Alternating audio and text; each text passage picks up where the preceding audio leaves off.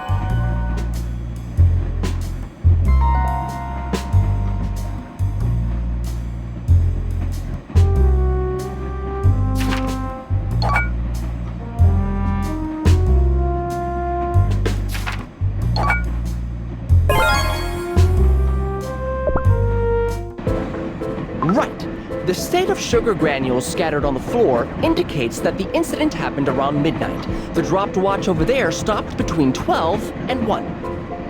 Which means our victim here engaged in a physical confrontation with the culprit, resulting in the dropping of said watch. And the weapon? What could it be?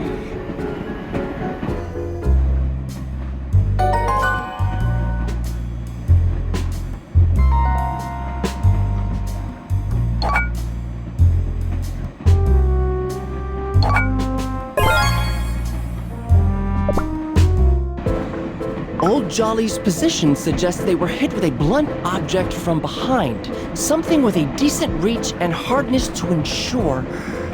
Ah, of course! The candy cane, right here! Impressive. Most impressive. The villain used Old Jolly's cane? Horrible! Well, I am most certain that I know what the sugar gnome was doing. An untied gift sack, gift boxes with our names scattered across the floor, and a holiday hat and beard. Judging by these items, it's clear Old Jolly was preparing gifts for us when the incident occurred. Oh my! Who could have done such a thing? That's exactly what we're gonna find out. Everyone, please move to the dining car where we will question you. Was the sugar gnome feeling cold? This room is intolerably hot. My cheeses will positively melt away. Such a familiar beginning. Too familiar. Indeed, it followed a victim. In the enclosed space of the running express train. Then, according to my manuscript, the antagonist will be... Miss Linzer Cookie, please proceed to the dining car. Esteemed detectives, I'd like to make a proposition.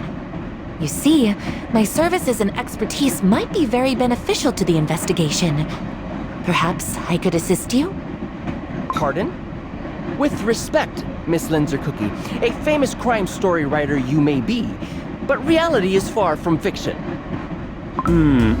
It will be an honor to work with you. What? But Detective Cheddar... Oh, marvelous. I will do my best not to get in your way. Besides, I already spoke to all the passengers yesterday.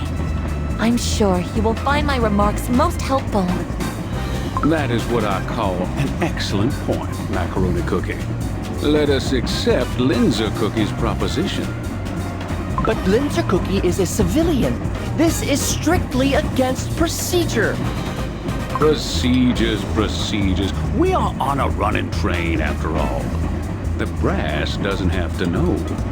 But we agree on one condition. We are in charge of the investigation. Oh, give me a break, fine. But FYI, I won't be held responsible if anything bad happens, Detective Cheddar Cheese. Well, then it's settled. Now it's about time to start